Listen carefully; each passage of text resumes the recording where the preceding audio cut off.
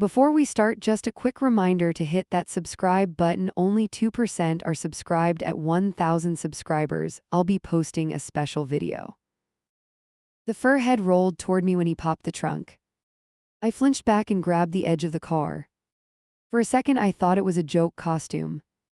Then I saw the paws, the tail, the padded body. My name is Emma, I am 24, and I froze anyway. On the drive over, he called this a community benefit. That word made it sound harmless, like raffle tickets and cupcakes. Now there was an animal suit staring up from his trunk. He watched my face like he was waiting for a verdict. I could feel sweat under my shirt even before anyone saw us. He lifted the head with both hands like it was fragile. "You good?" His voice came out light, almost shaky. I forced a laugh that died halfway out of my mouth. "You brought a whole thing," I said, staring at the paws. In my head, I was already counting exits from the lot. "I wanted to surprise you," he said, eyes jumping from me to the suit. Show you my real hobby, the thing I care about." He tried to smile, but his jaw twitched like he expected impact. That line hit hard, because apparently this was the real him. I hated that I only found out in a parking lot. "You never mentioned this," I said, fingers still on the trunk. I kept my voice low, like someone might be recording us. He shrugged, one quick jerk, the way he does when scared. "People judge," he said. "I wanted you to meet everyone first." Meet everyone sounded less cute when everyone wore fur. He slid one arm into the padded sleeve to show me. The fabric swallowed his hand, turning it into a giant paw. He flexed his fingers inside and the fake claws curled. "This is normal here," he said, almost whispering now. "I feel like myself when I put it on." That line should have been a red flag, honestly. At the time, I just heard the need under it. You know that feeling when someone hands you their weirdest part? And you think, if I drop this, I drop them. That pressure hit me harder than the actual fur. He took a step closer, one paw, one regular hand.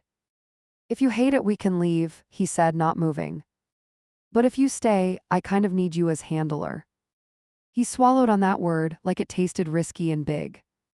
"Just stay close, help me see, keep me grounded." Handler.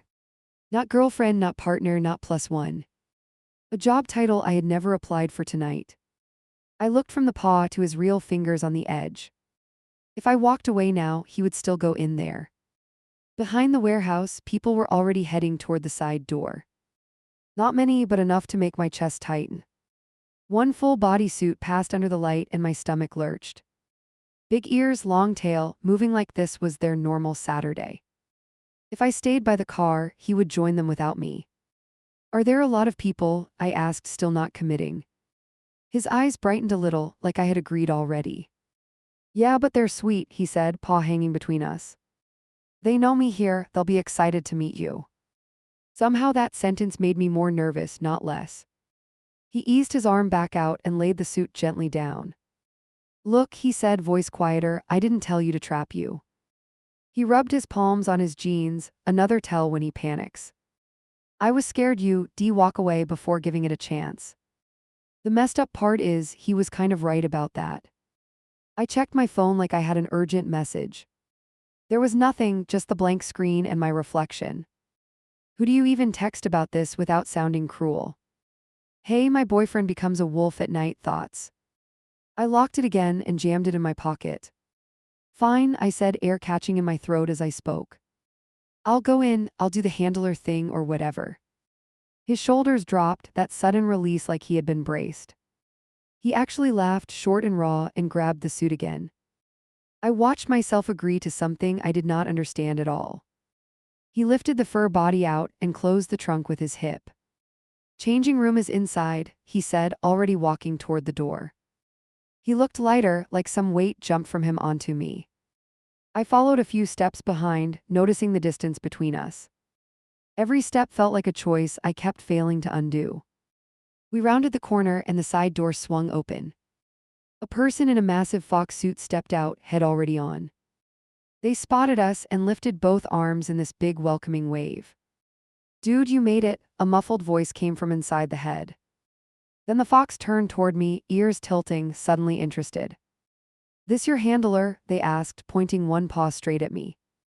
My boyfriend glanced back, searching my face for agreement. Yeah, he said after a beat, this is Emma. Hearing my name in that doorway made everything feel official. The fox nodded like I had just signed some invisible contract. Nice, the fox said, stepping aside so we could pass. First event is wild, but you'll get it fast. They bumped his shoulder, then mine like we were tea. And Matt's already. I gave this tight smile that probably looked like a grimace. Inside, the sound of voices and music spilled out in waves. We entered a hallway that led deeper into the building. More people moved around, some half-suited, some in regular clothes.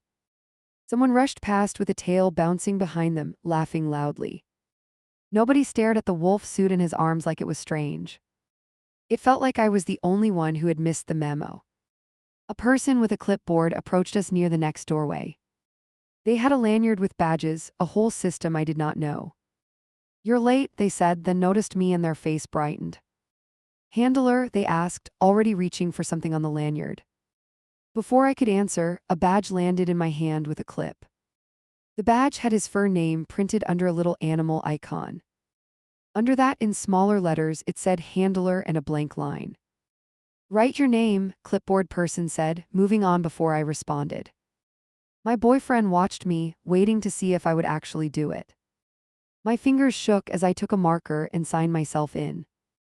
That small act locked me in more than any promise. It felt like I had stepped into his other language without translation. He grinned when he saw my name written under his. Thank you, he said, real voice, no costume yet, just him. I nodded because if I spoke I might back out again. Changing rooms this way, he said, guiding me through another door. The space beyond buzzed with people pulling on suits and heads. Bits of fur, tails, paws, all moving, all mid-transformation. No one looked shocked or shy, just focused like this was routine. I stayed near the wall so I would not get run over. Wait here, he said, touching my elbow for a second. There's a handler briefing in the main room after I suit up. He lifted the fur body higher and slipped between two talking creatures. I watched his back until it vanished behind a rack of costumes. Then I realized I was standing alone in a room full of half-animals. A girl in a partial cat outfit glanced at my badge and smiled. First time, she asked, tugging on one of her gloves. I nodded, biting the inside of my cheek to stay calm. Stick close to your guy, she said. Suits get hot, people get woozy. Her casual warning made this feel less cute and more like a job. She pointed through another door toward what I guessed was the main hall. Handlers usually hang near the edge at first, she added. Just watch, learn his signals, you'll be fine. Signals, heat, people fainting inside fur. Nobody had mentioned any of that in the car. I stepped away from the changing chaos and followed the hallway. The noise grew louder with every step, mixed voices and music. My heart beat in my ears, louder than both for a moment. I stopped at the edge of the main room and gripped the frame. You know that pause before you walk into a party alone. Inside, people in full suits moved across the floor in groups. Some danced, some posed for photos, some just hugged and bounced. Handlers stood nearby, watching, chatting, handing over water bottles. Nobody looked like they had been dragged here unwillingly. I felt like the only one still deciding if I belonged. Behind me, the door to the changing area opened and closed. I did not turn right away, afraid of what I would see. Part of me hoped he would change his mind and stay himself. Another part knew he would pick the suit over canceling everything. That second part already hurt, even before I saw him. When I finally looked back, he was there in full costume. Tall, padded, ears up, tail behind, the wolf version of my boyfriend. He moved differently, more exaggerated, like the suit came with choreography. For a split second, I forgot his actual face under all that. Then he lifted a paw and waved directly at me. He walked over big steps, paws landing with soft thuds. People turned as he passed, heads tilting, some clapping, some cheering. They called out his fur name, the one on my badge under mine. I watched this other identity wrap around him like an extra skin. The guy holding my hand last night had been only one of them. He stopped just in front of me and leaned down a little. The fur head tilted like he was trying to catch my eyes. He lifted one paw and tapped the handler badge on my chest. Then he offered that same paw again, like back at the car. Everything in the room seemed to pause and watch my reaction. I put my hand out slower than I meant to, fingers stiff. The paw swallowed my hand, soft outside, hard plastic underneath. He gave a quick squeeze, playful, then released and stepped sideways. His head turned toward the crowd like he was presenting me. A murmur went through the people closest to us, curious and loud. Before I could pull my hand back to my side, someone shouted, "All right, handler, let's see it," a voice called from the left. Laughter scattered around us, light but sharp in my ears. Another voice joined in, closer this time, full of expectation. "Come on, show us how you treat your wolf." My palm hovered above the costume head while the chants rose. People had formed a loose ring around us without me noticing. Phones were already out, small screens held high like little verdicts. The wolf stood shoulder to shoulder with me, yet somehow huge. Every eye waited for my next move like this was a test. He bent slightly and pressed his padded side against my leg. The snout tipped toward my hand as if nudging it upward. Through the mesh, I could not see his real expression. I convinced myself his breathing sounded rougher despite the speakers. Later, I realized that pounding belonged to me, not him. Someone near the front shouted, pet him first." Voices around the circle repeated it until it became noise. The tone sounded light, yet my stomach pulled tight in response. The crowd hummed, stacked over the music like a pressure wave. If I walked away now, I knew I would be the villain. I raised my hand higher and my fingers shook above him. For a heartbeat, I hoped someone would crack a joke and distract. Nothing came except that chant riding the air around us. He shifted closer until his head rested almost against my hip. I understood in that second that he would not break character first. I let my hand drop and land on the fake fur. It swallowed my fingers in layers that felt both soft and rigid. The costume head dipped lower as if leaning into the touch. I moved my palms slowly along the top like calming a dog. The circle beside us broke into applause that punched straight through me. Someone near the back whistled and whooped like this was a show. Laughter rippled out and mixed with random calls of his character name. I caught pieces about him being well-trained and loyal tonight. They were talking about the wolf I was petting, not the man. My cheeks burned while my hand kept moving like it belonged to them. He tilted his head sideways and rubbed it lightly against my thigh.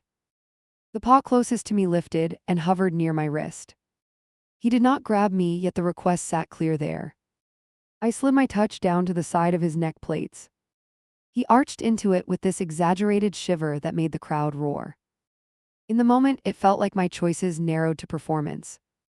Either keep playing along or yank away and look cruel in public. I stayed where I was and tried to read his energy through fabric. His ears pivoted toward me in this almost grateful angle that hurt. I did not realize then how deep that hook already sat. A person with a tail looped over one arm stepped closer to us. They offered a thumbs up in my direction like I had passed. "You got this," they called, then leaned toward the wolf for a bump. My partner bumped foreheads with them and stayed locked in his role. Watching that small ritual made me feel like the outsider at my own date. A figure in a fox outfit slid through the ring and stopped by me. Her costume face turned up and down like she scanned my posture. "You are doing amazing for a first time," she shouted over everything. Her gloved hand landed briefly on my arm in a kind of side hug. Praise never felt so heavy because it nailed me to that spot. "He never lets anyone run point for him," she added with a laugh. "Usually he just freelances and crashes into things and scares people." The wolf turned toward her and gave this goofy shoulder wiggle in response. The two of them shared a quick bit together and the room relaxed. I stood there realizing I was filling a role nobody else had filled. "Also, he would have warned me if he brought a handler before," she went on. My chest tightened at the way she used his character name without hesitation. It rolled out of her mouth like that was his only identity here. My own private nickname for him suddenly felt flimsy and thin in comparison. For a second, I wanted to blurt out his real name just to see what happened. I swallowed that urge because I knew I would look petty, not brave. Instead, I scratched behind his ear where the seam dipped slightly inward. He leaned into that exact spot as if we had rehearsed this interaction. The fox clapped once and backed away to rejoin the swirling bodies. Apparently, I had just proven I belonged enough to be left alone with him. No sooner did she leave than another handler waved a camera toward us. "Picture," they hollered, already moving to frame me next to the wolf. I froze for a beat because I had not signed up for photos. The wolf raised both arms like this was routine and dragged me closer. By the time the shutter clicked, my smile felt glued and wrong on my face. I knew that picture would hit some group chat before we even left. A little snapshot of their favorite wolf and the new girl he brought. People around us made comments I could not fully catch under the music. Every fragment sounded approving, like I had passed. Had some unspoken evaluation tonight. I kept wondering who they thought I was while my hand stayed on his head. A volunteer brushed past me and pressed a small bottle into my palm. "Make sure he drinks between sets," they yelled, already turning toward someone else. I stared at the plastic in my grip like it was a test. The wolf bounced on his feet in front of me, still full of energy. I tucked the bottle into a side pocket on his belt and felt weirdly like staff. After a while, his movements slowed just a fraction and his shoulders drooped. He patted his own chest twice, then pointed clumsily toward me in the pocket. I caught on and pulled the drink free and cracked the seal fast. He lifted the costume head just enough to sip through an opening near his jaw. Watching his actual mouth for those 2 seconds reminded me there was a person overheating in there. He lowered the head again and bumped his forehead lightly against mine. The gesture was quick, yet it landed deeper than I wanted to admit. I had just literally kept him standing in front of his friends. That realization lodged somewhere between pride and this weird trapped feeling. Either way, it tethered me tighter to his night than I expected. A guy in a partial dog outfit jogged past and tossed a line over his shoulder. "Man, your girl has you well behaved tonight," he called with a laugh. More chuckles followed, and a few people repeated the phrase like a chant. The wolf played along and dropped briefly to his knees in front of me. The way everyone held after that made it clear I had become part of their bit. I looked down at him kneeling there in fur and foam and trust. My hand slid automatically to the top of his head again. The contact steadied him and weirdly steadied me even while my brain screamed. Inside, all I could think was that I was stuck here. I had no idea how to back out now without ripping this new version of him apart. The animal head came off with a soft scrape and a gasp. He yanked it upward in the cool-down room and sucked in air. His hair stuck to his forehead and his face shone and flushed. "Holy crap," he muttered, bracing one hand on my shoulder. I stepped closer on instinct even while my mind screamed at me. "Water," I said, already digging in the pocket with the bottle. My fingers fumbled on the cap because my hand still shook.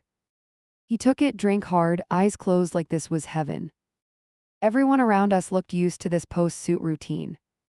I stood there pretending this was normal care and not a crisis. "Hey," he asked once he caught his breath again. "You all right out there, or did they freak you out?" His palm slid up and down my upper arm, steady and warm. That touch always melts me, and he knows it way too well. I forced my gaze up and nodded instead of saying anything real. "It's fine," I lied with the fakest half smile on earth. "They really love your character, that much is obvious." His whole face lit up at that, like I hit some switch. "Yeah, they do," he answered, laughing under his breath, almost shy. He glanced toward the door like the floor was already calling him back. Before I could push further, someone popped into the doorway. "Group photo in 5, they called, clapping once for attention. "Full suit crew plus handlers if you want in." People around us started shifting, grabbing heads and paws and belts. He shot me a quick pleading look that I knew too well. "Come with me," he urged, lifting the animal head again. "I want you in at least one shot tonight." He was already sliding the mask back down over his face. Part of me wanted to grab his wrist and say not yet. Instead, I stepped aside so he could finish transforming in front of me. The character clicked into place the moment the head settled. His posture changed, shoulders rolling, steps suddenly light and bouncy. He gave my hand a quick squeeze through the fur mitten. Then he joined the stream heading toward the main hall, tail swaying. I watched him merge into the group until I could not pick him out. "Handlers over here if you need a breather," a volunteer called. They pointed toward a side area with folding chairs and cool air. Suitors will be a bit, lots of photos right now. Their tone suggested this was all routine, nothing strange or dramatic. I drifted that way mainly because my knees felt unreliable. I sank onto the nearest chair and leaned forward on my elbows. My heartbeat finally slowed enough that I could hear conversation again. Snippets floated over from other people who clearly knew each other well. Jokes about previous events, about cons, about inside drama I did not share. I scrolled my phone just to look busy while my head spun. My screen showed nothing urgent, just the usual quiet notifications. No one from my world knew where I actually was tonight. Somehow that thought landed heavier than the performance out there. He had an entire room screaming his fur name and cheering. If I vanished right now, exactly 0 people would connect those two worlds. Hey, you must be Emma. The voice came from my left and jolted me back upright. I turned and found a girl about my age dropping into the next seat. She wore ears and a tail but no full costume, just casual clothes. Her smile came easy, like we had met 3 times already. Yeah, I answered, phone still in my hand like a shield. I tried to place her from earlier, but nothing clicked in my memory. You're with the big wolf out there, right? She went on. She made little paw motions with her hands and laughed. That sounded way dirtier than I meant it to, sorry. I snorted because the alternative was screaming. Yeah, that's my boyfriend, I said, the word feeling odd tonight. She leaned back and stretched her legs out with a satisfied sigh. We were starting to think he made you up, honestly, she remarked. That man never stops talking about you in the chat. My spine straightened at the word chat. Something in me perked up like a dog hearing a bag crinkle. What chat? I asked, trying to sound casual and failing hard. She looked surprised for half a second, like she assumed I knew. Then her expression shifted into a weird mix of guilt and excitement. The pack group, she said, tapping her phone in her lap. Like the regulars from these events and cons and whatever. She flicked her screen awake with her thumb, fast and practiced. He drops memes and rants in there every day, it is chaos. She glanced at me again, like checking whether she should continue. I could have backed off, I really could have. Instead, I leaned a little closer and tilted my head. So they all know about me? I asked, voice lower now. The edge in that question surprised even me as it came out. She nodded immediately, like that was the simplest thing in the world. He told us when you started dating, she replied, lifting one shoulder. Then updated us when you came over the first time, then movies. She listed these milestones on her fingers like bullet points. Every one of them hit me like a tiny punch to the ribs. I had not realized our early nights together had an unseen audience. Do you want to see? She asked, phone already open to something. My gut screamed no, absolutely not, walk away now. My curiosity laughed in its face and pushed my mouth instead. Sure, I answered, hearing how tight the words sounded in my throat. She scooted closer so the screen sat between us like a shared secret. At the top was the app, full of avatars and little icons. Group title across the top, his fur name right underneath. She scrolled up with quick flicks and chat bubbles blurred past. Here, she said, tapping one message thread from a few weeks back. Look, this is when he told us about you coming tonight. The text on the screen punched harder than I expected. Finally convinced my partner to come see the pack in person. He had typed that with a bunch of excited symbols around it. Replies under it flooded in with jokes and screaming reactions. Some of them mentioned making me feel welcome, others something harsher. One comment read, do not scare her off like last time, dude. Another said, no pressure, but if she hates us, we keep you. Everyone reacted to that line with laughing faces and howling emojis. Sitting there, it did not feel harmless, it felt like a warning. If I baited, they were ready to close ranks around him. I stared at his messages, scrolling carefully with my fingertip. He had written about worrying I would think this was freaky. He had asked them for advice on how to introduce me slowly. One person replied, get her to handle you, trust the suit. That little line sat there like a script for my entire night. My throat felt dry, which was ridiculous because I had water earlier. I handed the phone back for a second just to breathe. She kept it balanced on her knee and watched my face honestly. He really cares about what you think, she offered, softer now. He never asked for help with anyone before you. Does he share a lot? I asked, fingers lacing and unlacing. I could not decide if I sounded jealous or curious or both. She exhaled through her nose and glanced around the rest area. I mean, yeah, this is his space to vent and geek out, she answered. He tells us stuff he does not tell his family, obviously. That answer sat heavy between us for a long beat. I pushed a little because at that point I was already inside. What kind of stuff? I asked, voice sharper than I wanted. She winced slightly, then reopened the screen like ripping a bandage. Okay, but remember, you literally asked for this, she warned. She flipped to a newer section, closer to tonight. Messages from him spilled down the screen in blue bubbles. One said, she thinks this is just a cute charity thing. Another read, I know I should have told her sooner. I panicked. Replies range from teasing to oddly sincere. Encouragement. Someone urged, if she runs, better now than after a con. Another wrote, you deserve somebody who gets the whole wolf, not half. I did not miss how everyone in there used his fur identity. No one typed his actual first name anywhere in those lines. It felt like they knew a version of him I only met tonight. She scrolled again and paused on a photo in the thread. At first I did not recognize it, then my stomach dropped hard. It was from a night on his couch, familiar shirt, familiar blanket. My crossed legs in the corner, my hand on his chest. Everything above my chin was neatly cropped out of frame. Caption underneath read, snuggle time before I tell her about the den. He had posted that private moment as a teaser for this event. The others had responded with heart emojis and gifs and stupid comments. None of them had any clue that the faceless body belonged to me. I could not decide if that made it better or much worse. I pulled my hands into my sleeves and glanced toward the doorway. Out in the hall, bass vibrated faintly and people shouted happily. That room belonged to them, this chat belonged to them. Where exactly did I fit besides as content and potential handler?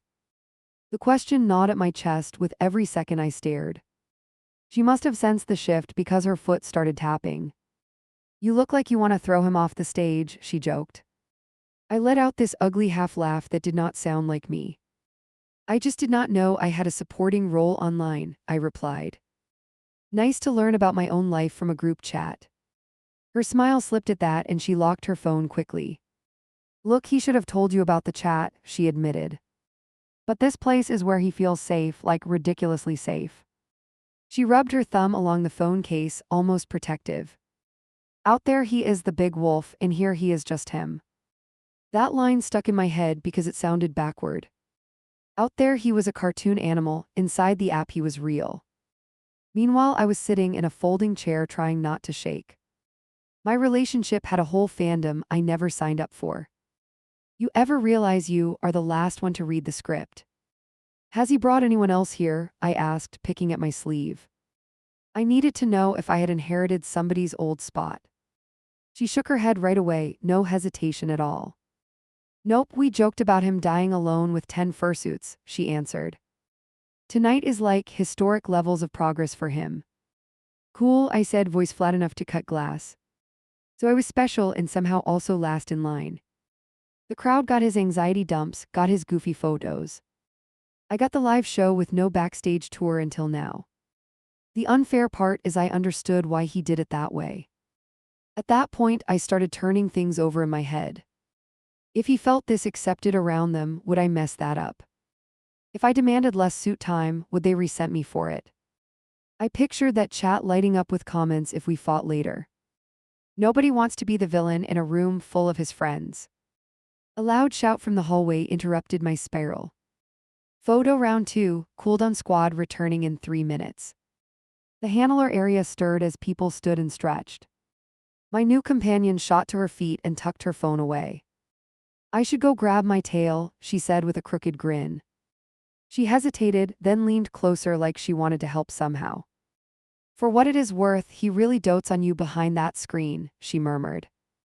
He worries constantly about screwing this up with you. Her eyes searched my face, waiting for some kind of reaction. All I could manage was a tight nod that probably looked numb.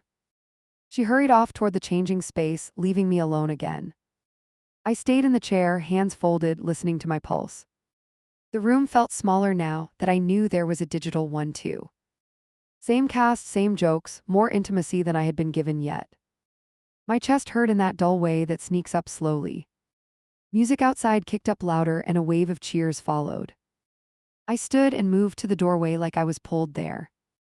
Out on the main floor, they were lining up for a big shot. He stood near the front, in full costume again, tails swaying. People clustered around him like planets around some goofy sun. He tossed his head back, ears twitching, body language bright. A fox bumped shoulders with him, another character hooked an arm. He pantomimed a dramatic bow, and everyone reacted like pros. The photographer counted down while they struck practice poses together. I watched through the doorway like someone outside a restaurant window. When the flash went off, half the room erupted in laughter. Several handlers lifted their phones to grab their own versions. I noticed one angling their screen so a chat window sat open. Within seconds, a new image popped up on that tiny display. He had already been turned into content before the camera cooled down. I caught a glimpse as they scrolled, and it made my skin crawl. The picture showed him front and center, me blurry on the edge. Caption underneath read, "He dragged her into the light, she still stayed." React emojis flooded in, little hearts and wolf heads in flames. My role in all that boiled down to staying put and petting him. I stepped back from the doorway and leaned against the wall hard.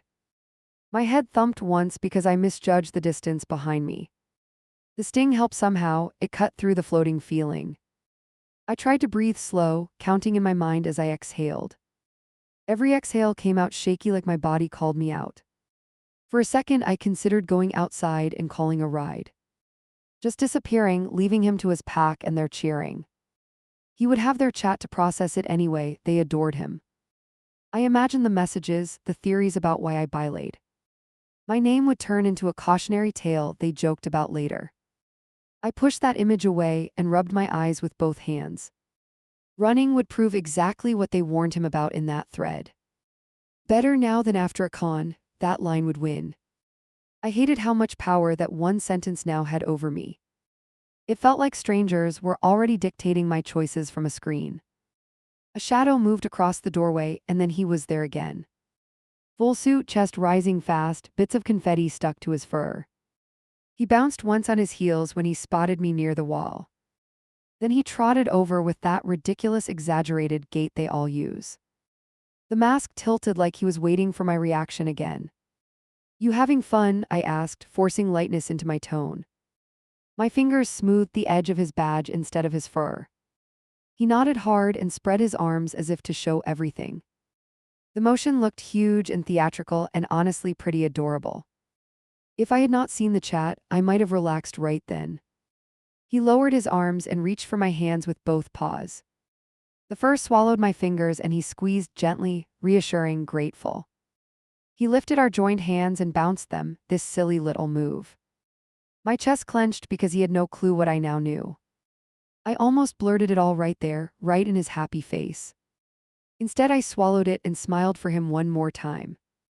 "Go run around," I told him, nudging his arm lightly. "I'm going to grab water and then come watch." He bumped his forehead against mine, quick and affectionate, then turned. As he headed back toward the floor, my decision followed behind him. I shoved the side door open and yanked a wolf into the lot. The music dropped behind us like someone slammed a lid on it. He stumbled on the concrete, big padded feet sliding, head turning. "Whoa, hey," came out muffled through foam and sweat. I did not stop until we were wedged between two parked cars. "Take it off." My voice came out rough and higher than usual. He straightened to full height, fur shoulders heaving, ears tilted down. "We're not supposed to unmask out here," he answered, glancing at the building. His paws floated uselessly near his chest like he wanted to hug. "I am not talking to a cartoon," I snapped, stepping closer. My hands hit the front of his chest, firm and shaking. "Take it off or I walk to the road alone." That landed hard enough that his whole body went still. For a second I thought he might actually choose the wolf.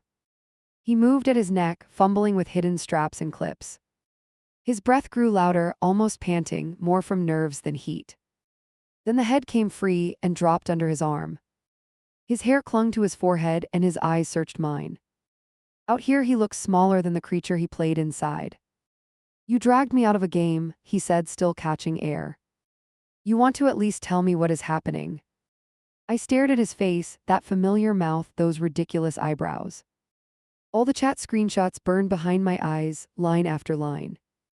"I saw your little online clubhouse," I answered, fingers curling into fists. He blinked once, then again, slower the second time. "Who showed you?" he asked, voice dropping with sudden worry. Something in me snapped at that being his first concern. "Seriously, that is your opening question?" I shot back. "Not the part where you turn me into a faceless prop." He leaned his back against the car and shut his eyes. "Okay," he muttered, palm pressing over his forehead. "Okay, you clearly saw more than I meant you to." I laughed once, sharp enough that it hurt my throat. "The cropped cuddle photo was a fun surprise," I added. His hand dropped away and he focused on me again. "You were covered up so nobody could recognize you," he insisted. "That was the whole point of the crop, to protect you." "You did not ask if I wanted protection," I fired back. "You asked your group for tips on handling me instead." He flinched at the word handling like it carried a punch. "That is not what it sounds like," he started, shoulders caving slightly. "They know this side of me, they do not know you yet." "Exactly," I cut in, heat crawling up my neck. "You trust strangers with me before trusting me with you." He pushed off the car again and took one step closer. The big paws still covered his hands, making him look clumsy. "Those people are not strangers to me," he argued, jaw tight. "They have watched me fall apart in there for years." "That does not give them a vote in my relationship," I answered. A truck rolled past the lot entrance, headlights sweeping over us. He turned his head on reflex, then back to my face. "You read everything?" he asked, voice sour around the edges. "As much as she scrolled before it felt like trespassing," I said. "The part where they told you better I run now stood out." He made a quiet sound that sat between a groan and a swear. "That line was not about you," he insisted, eyes dropping briefly. "It was about me not hiding this part until it exploded." "I am glad they wanted honesty," I replied, pulse rattling my words. "I am less thrilled I had to steal it from your phone world." He paced one short length between bumpers, tail swaying behind him. The suit squeaked faintly whenever he moved too fast in frustration. "I was terrified you would bail if I showed everything early," he admitted. "This place is the only room where I am not the weird kid." "That kid still hid me while he lived," blogged his fear, I answered. He stopped pacing and looked right at me, no jokes left. "You think I was using you for content?" he asked, voice low. "I think you were soft launching me to your fan club," I replied. "You posted my legs, my hand, our night without asking first. If I had said no tonight, would you have still come?" He opened his mouth, closed it, dragged in a breath. "I probably would have gone," he admitted finally, shoulders sagging. "This meet was planned forever, people counted on me showing up." The honesty stung, even though I had already guessed that answer. "At least we're done pretending this is a small hobby," I said. He stepped in again, closing the gap until I could smell sweat. Not gross, just sharp, real proof he had worked hard inside. "This is not about costumes for me," he went on, fingers twitching. "It is the only space where my brain quiets down." His eyes shone, and not only from leftover heat. "I come in here all week," he tapped his temple once. "Every conversation, every look feels loaded, like I am on trial." He lifted the head slightly, lifting it like a busted helmet. "Out there I can breathe, I do not have to overthink." His fingers still trembled on the strap. "I get that you feel safe in there," I answered. "I am not trying to rip that away from you." I swallowed hard because my throat wanted to close. "But I need to feel safe with you, not just watch." And tonight I felt tested, not trusted. He winced at the word tested and glanced toward the dark building. "Nobody meant it as a test," he protested, rubbing one eye. "They just wanted to welcome you, make it playful, keep it light." "Then why give you instructions on how to manage me?" I pushed. "Why tell you to let the suit win the argument?" He stared at the asphalt for a few beats, jaw clenched. They were trying to talk me out of hiding again, he said. Last time I dated somebody normal, I bolted the second they judged. He exhaled hard through his nose like it still burned. I did not want to repeat that pattern with you. Normal hut. The word tasted weird in my mouth, bitter and shaky. So I am the regular world girl, and they are the real ones. His head snapped up, eyes wide as he realized the slip. That is not what I meant, and you know it, he insisted. Do I asked, taking a step back from him. Because from where I stand you give them unfiltered panic. You give them our movie nights, our plans, our fights, screenshot ready. Then you bring me here last and hope I do not break anything. It felt good to finally say the quiet part out loud. He dragged the fur paws off one at a time, fingers emerging. His hands shook harder without the padding to hide it now. I have never brought anyone here, he said, twisting one glove. I know you do not believe that, but it is true. I freaked out so bad sending that invite text to you. How did they react when you told them I agreed? I asked. He opened his mouth then shut it, lips pressing thin. You saw, he said finally, watching my face for any sign.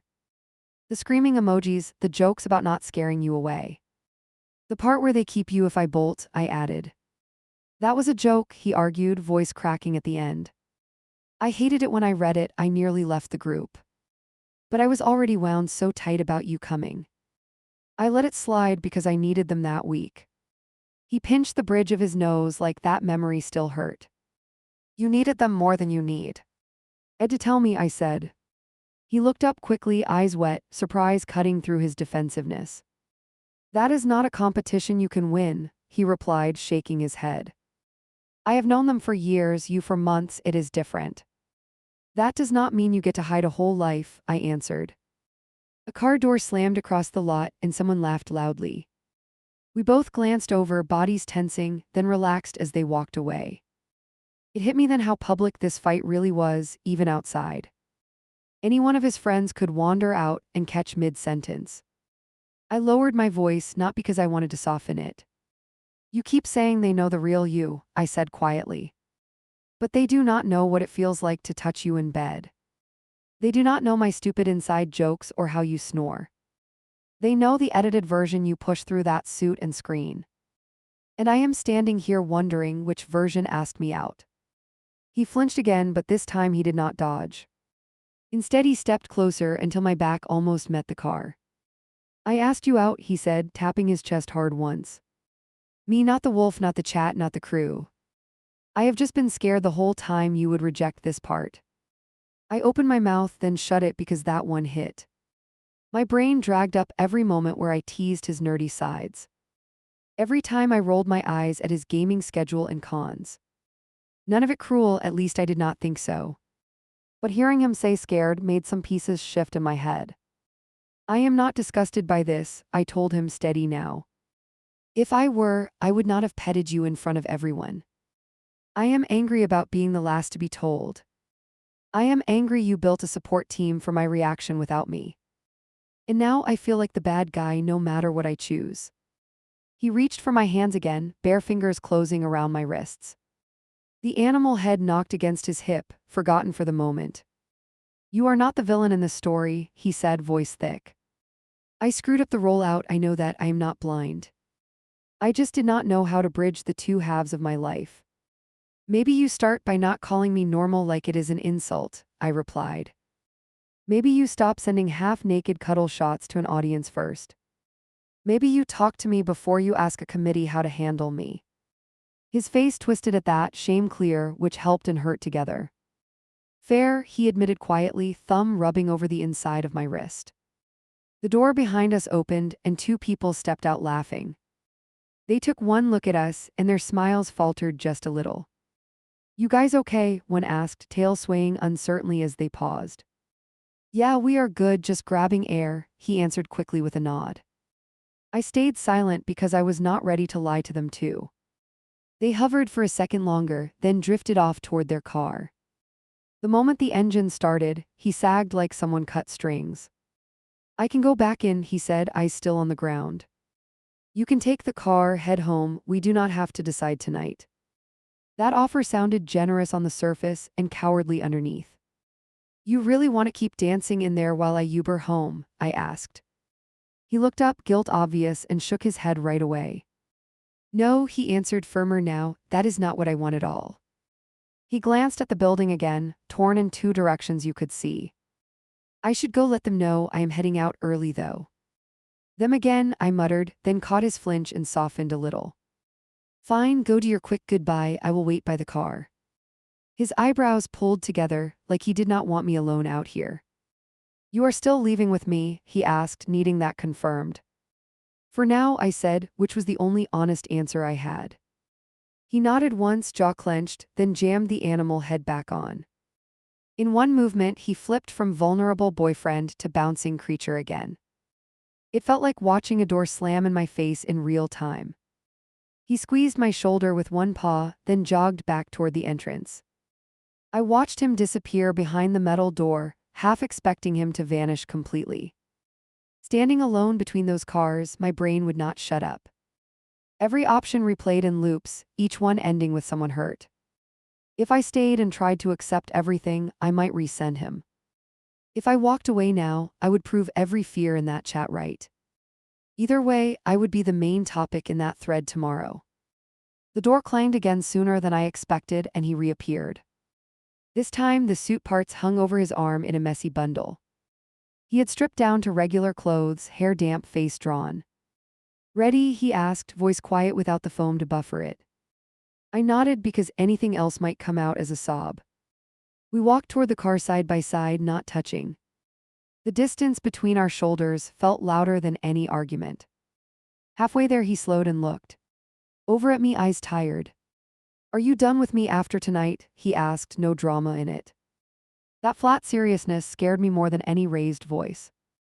I stopped walking, so he had to stop too, keys in his hand. I do not know yet, I answered, and my voice shook. I need to think without a crowd and without your friends watching. He swallowed hard, throat bobbing, gaze dropping to the asphalt. Then I guess we go home and let that question sit, he said. We climbed into the car in silence, doors thudding almost in sync. He dropped the fur heap into the back seat like an exhausted animal. For a beat we just sat there, neither of us starting the engine. Out of habit, his hand reached toward mine on the console. This time I pulled back and folded my arms, and the space between us stretched even wider. He turned the key and the engine jumped, but neither of us spoke. The dashboard glow hit his face and made the bags under his eyes deeper. For a few seconds he just gripped the wheel and stared ahead. You buckled? He asked, voice worn down, still looking forward. I clicked the belt slowly, louder than it needed to be. We pulled out of the lot and hit the main road.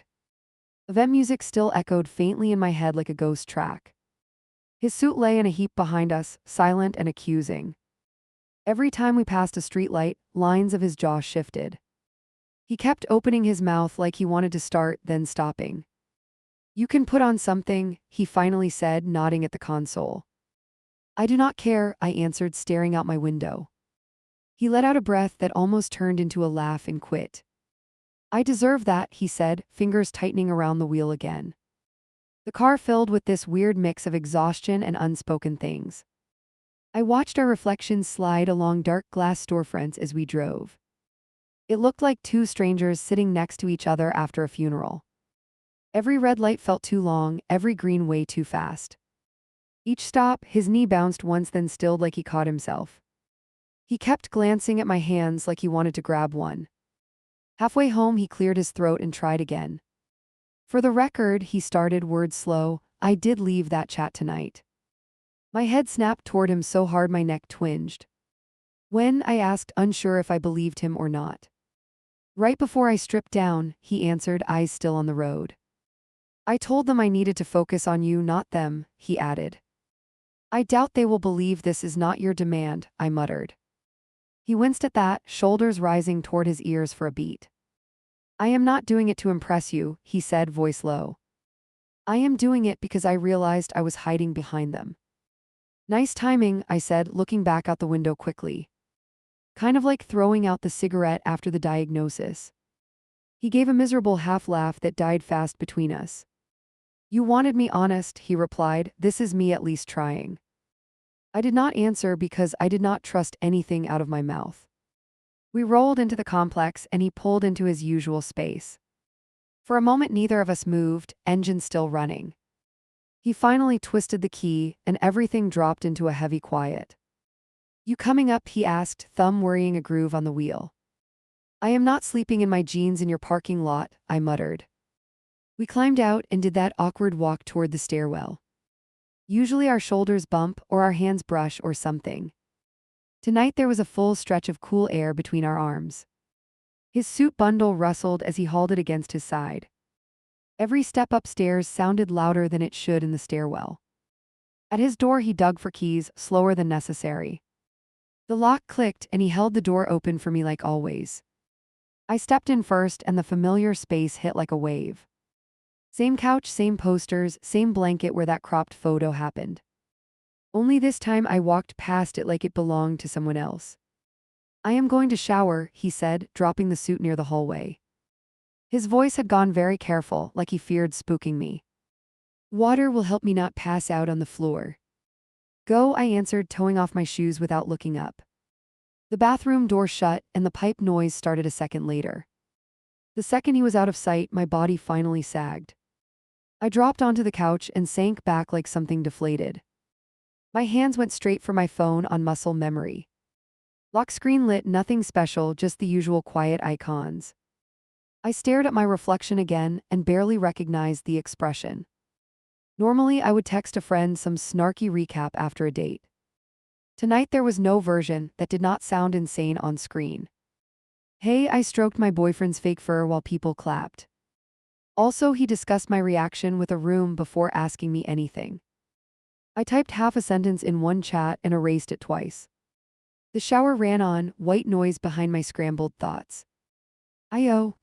Pen read it out of habit, mostly to scroll something brainless. My thumb hovered above the home feed, then over stories.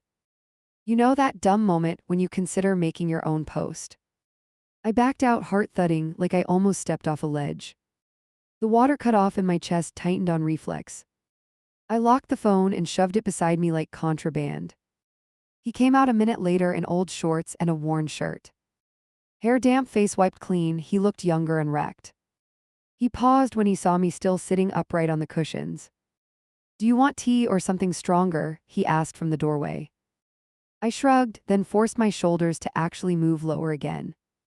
Water is fine, I managed because my stomach felt queasy enough. He nodded once and walked to the kitchen area barefoot. Cabinet doors opened and shut quietly like he did not trust noise. He handed me a glass and kept one for himself. Our fingers brushed briefly and both of us jerked like it burned. Thank you for not bailing from the car, he said. I know that would have been easier in a lot of ways. I took a sip, mostly to give my mouth something else to do. He lowered into the armchair across from me instead of the couch. That tiny choice felt huge and pathetic at the same time. I will crash out here if you want the bed, he offered. You should not drive home this late if you're wiped out. He set his glass down on the side table and waited. That is not the problem, I answered, rubbing my forehead. The issue is not what mattress I used tonight. He let his head fall back against the chair and stared upward. I know, he muttered, I am stalling because I am scared. Hearing him admit that out loud actually calmed me a little. So what happens now? He asked, bringing his gaze back to me. I meant it earlier, I will respect whatever line you draw. There it was, the sentence he thought sounded noble and mature. It landed on my chest like a weight and a dare. Because any line I picked would explode somewhere in his world. I do not want to make some grand speech at midnight, I replied. If I decide anything huge right now, it will be pure spite. I am too tired and too wired, and that is a bad mix. He watched my hands as I talked, not my face, and swallowed. Okay, he said, so right now we just sit in the mess. We are already in it, I pointed out, setting the water down. I am just deciding whether to learn to swim or walk out. His mouth twisted at that, no sign of amusement anywhere. I hate that I am the one who threw you in, he said. I thought I was finally sharing instead of hiding. You were, I admitted, because lying would not help anything. And honestly, watching you run around in that stupid suit hurt in a weird way. Not because it was gross, but because you look so free. You keep that version of yourself locked up with those people. And I get leftovers and edited recaps on your couch. He flinched at leftover but did not argue this time. I did not realize I was doing that, he said slowly. I thought keeping the fandom side separate was protecting you. There is that word again, I cut in, raising an eyebrow. Protecting is great when there is a threat, less great when it is just me. He rubbed both hands over his face, dragging down his cheeks. Point taken, he muttered, voice muffled through his fingers. I keep framing you as something fragile and then wonder why we misfire. He dropped his hands and looked straight at me finally. What do you need from me not to feel like a prop? That question knocked the breath out of me for a second. Because nobody ever asks that in fights, not really, not directly. I sat there, elbows on my knees, staring at the floor rug. Words lined up and crashed into each other before leaving my mouth. When they finally came, they were not as neat as I wanted. First, I said, counting on my fingers so I would not derail. No more posting about us without asking, even if my face is cut. I do not care if it is legs, hands, shadows, whatever version. If it is our thing, you get consent before turning it into content. He nodded immediately, almost too fast, like he expected that one. Second, I went on, pulse hammering because this part mattered more. If there is a chat where you spill your mental trash, fine. Everyone needs somewhere to scream into the void a little. But if we fight, you tell me about it before asking them what to think. I will not compete with a group poll on my own relationship. He winced like the word poll hurt, but he nodded anyway. I can work with that, he said, voice rough. I will mess it up sometimes because habits, but I can try. I cannot promise to never vent, but I can promise order. You first, then whoever is still awake enough to listen. Third, I said, and my voice steadied as I spoke. If you want me at more events, I get more say. I am not just you, our designated handler for the night anymore. If the crowd is going to chant at me, I want warning. I need to understand what I am walking into before I sign up. He leaned forward, forearms on his knees now, matching my posture. Deal, he answered, no hesitation this time. You get full rundown next time, structure, roles, inside jokes, everything. He gave a short, humorless laugh. Honestly, it will probably scare you less than tonight's surprise tour. I studied him for a beat, really looked, not just glanced. He seemed smaller without the suit, but also more exposed. You notice I said if not when, I pointed out quietly. He nodded, expression tightening for a second. I did, he replied, I am trying not to beg for a when. A silence settled that was less sharp than before, but heavy. My brain spun through scenarios like a broken projector. Us staying together and negotiating costumes and chats and boundaries. Us breaking up and him retreating even harder into that world. Me walking away and still checking on him anonymously somewhere online. I realized something sitting there, which I hated admitting even now. A tiny piece of me liked watching him in that other skin. Not the public performance part, but the looseness in his body. The way his shoulders dropped, how his laughter came up from his gut. That freedom did not belong to the version of him sitting across from me. If I stay, I started, picking at the seam of a cushion. I am not promising to adore everything you adore. There will be meets where I tap out and stay home. There will be nights I roll my eyes at wolf roleplay chatter. But I will not treat your thing like something shameful you outgrow. His throat worked as he swallowed, eyes glassy at the edges. If you stay, he echoed, gripping the armrests, I will not treat you like an audience. You are not my handler, you are my partner first. The suit can ask for pets when you are actually in the mood. And if you are not, he can deal with that too. You keep talking about the wolf like he is not you, I said. That part messes with my head more than the fur itself. He sat back at that thinking, brow folding into a deep line. It is still me, he answered slower, just turned up without the anxiety filter. But you are right, I hide behind him when I get scared. And I am scary, I asked, letting a little bitterness leak through. More terrifying than hundreds of people with tails chanting at us. He gave a soft huff of air that almost counted as a laugh. In some ways, yeah, he admitted, eyes sliding away briefly. You are the one who can actually leave and take everything with you. That landed harder than I expected because he was not wrong. I could block a race move, and he would just hear about me through others. They would comfort him and roast me and keep him busy. Meanwhile, I would be the one replaying a parking lot fight alone. Realizing that gave me more power and more nausea at once. I am not making a forever call tonight, I reminded him. I meant what I said, I need distance from the noise. I am staying here because I am exhausted, not because this is fixed. He nodded and drew his legs up slightly, curling in on himself.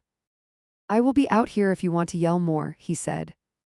I pushed myself up from the couch, joints stiff from tension. For a second I hovered, unsure whether to touch him or not. My hand landed on the top of his head, hair still damp. Same spot I had stroked through fake fur in front of everyone. This time it was gentle and brief and completely for me. Good night, I said, fingers sliding away from his hair. He shut his eyes for a moment like he wanted to hold on to that. Good night, he answered, voice thin but honest. I headed down the hall, feeling his gaze on my back. Each step felt like walking deeper into a question I had written. In his room, the bed looked exactly like we left it earlier. Sheets still tangled from getting dressed for the event. I sat on the edge and stared at the wall for a while. Sleep did not even pretend to show up, my mind buzzed too loud. After a few minutes, I went for my phone again.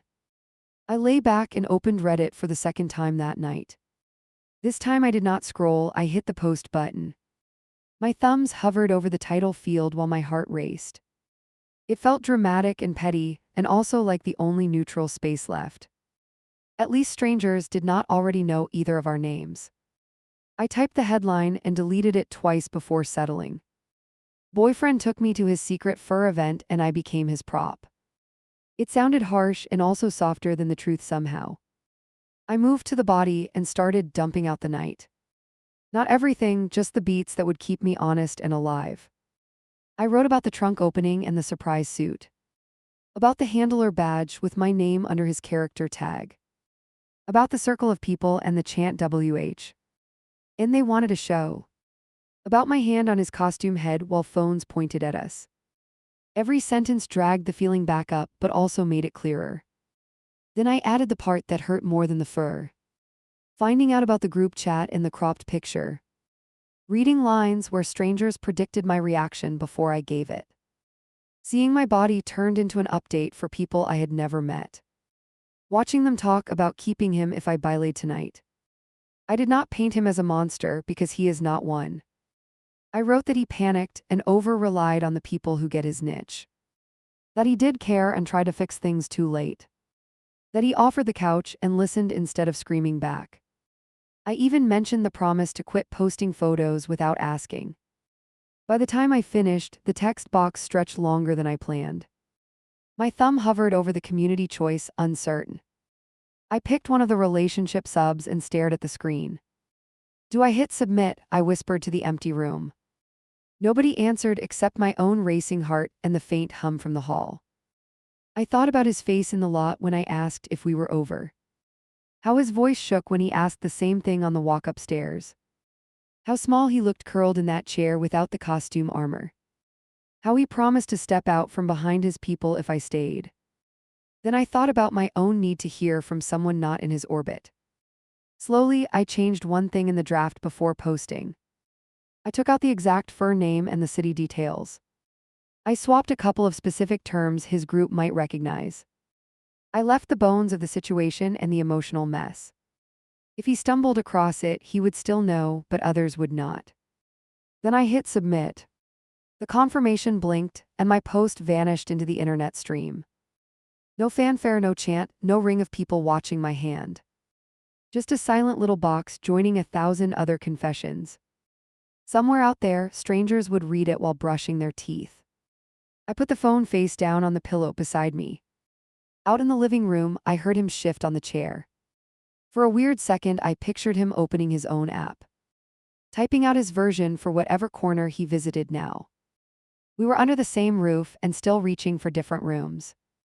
Sleep finally crept up around the time my eyes started burning. I never heard if he lay down on the floor or stayed in the chair.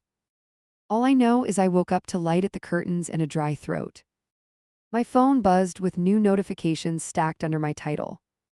Lines of internet strangers already dissecting a night that still sat fresh in my chest.